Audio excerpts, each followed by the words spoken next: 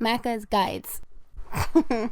Hey everyone, Macca here playing Rainbow Six Extraction, and in this video I'm going to show you how you can trigger the final boss battle, so to say, and kill a Protean. Now doing so will unlock you an achievement or trophy. It'll also unlock you a legendary charm, and if you equip that charm you also get an achievement or trophy, but it's also one of the coolest and hardest things you can do in the game. Now, in order to get this mission objective to spawn, there is a little bit of RNG, but one thing is true across everyone's game, and that is that you have to be playing on cautious difficulty or harder. Although it does seem like you have an equal chance of getting it no matter what region you're playing in or what area you're spawning in. Now, in Rainbow Six Extraction, as you load into a level, you'll be given 3 random objectives, usually from a pool of about 14, meaning you have about a 1 in 5 chance.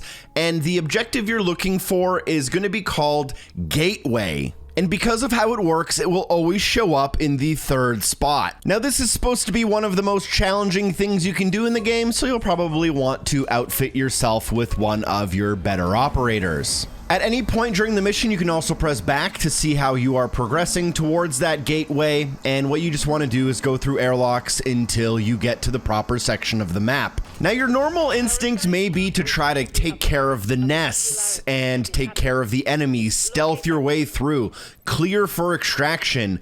None of that is useful when going for a gateway because you'll be interacting with a singularity, which is a point on the map, and then you will be transported to a completely different area. So you can basically leave everything behind and don't worry about it. Just try to locate that nest and get there with as much health as possible. Once you do find it, it should highlight itself on your map with the typical UI instructions. It will be covered in the sludge, so you'll either walk slowly to it or clear your way out, and it will have a small panel on it that you can interact with. If you're playing on co-op, all 3 members of your party must interact with it in order to start it.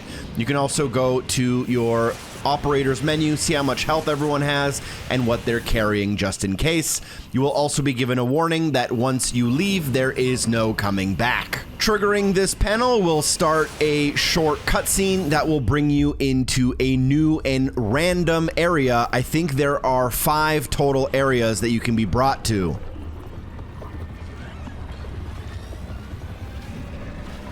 Once you do spawn in, you'll be given 10 minutes to clear the Protean out, regardless of whether you're playing in solo or co-op, and regardless of what difficulty you're playing on. The only thing that will change is the amount of health they have and the amount of damage they do.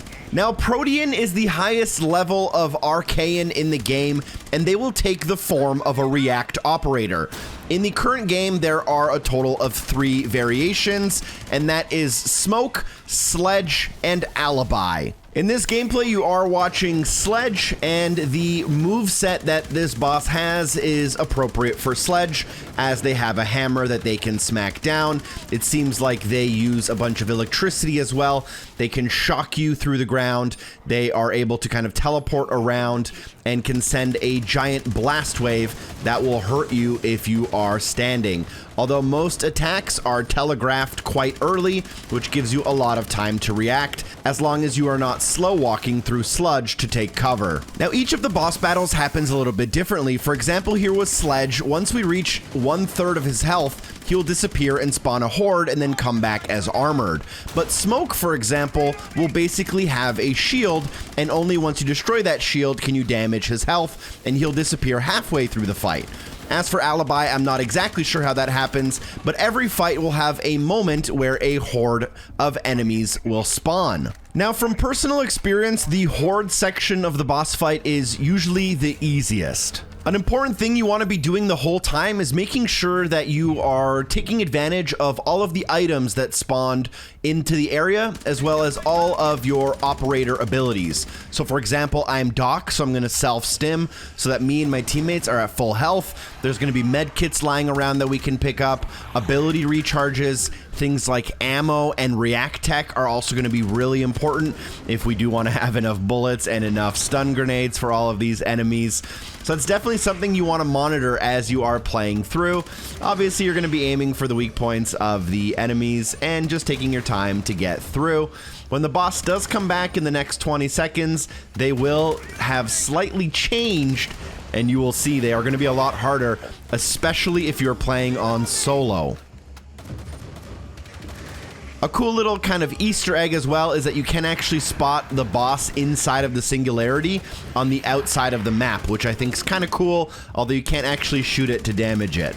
So when the boss comes back, this is a mature version of that boss, and they'll be covered in a hardened carapace, which basically means that they are now armored.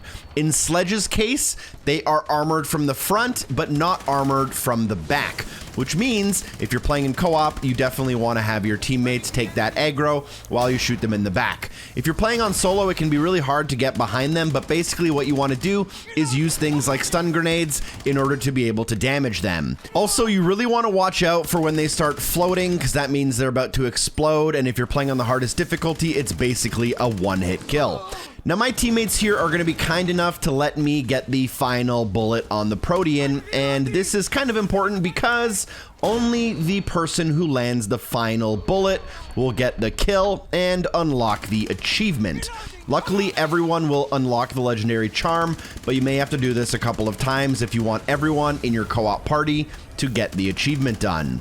At this point, you have completed the mission, you've completed the objective, and you'll be brought back out with a successful mission. You'll be given your XP, and your achievement or trophy should unlock if you were the final person to kill the Protean.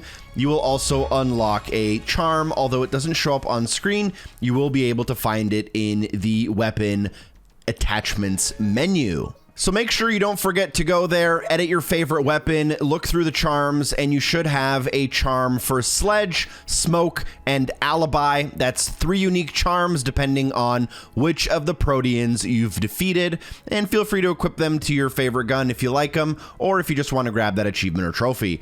Thank you so much for watching. I hope you guys enjoyed the video. Special thanks to everyone on Patreon for supporting the show, and hopefully I see you soon. Peace.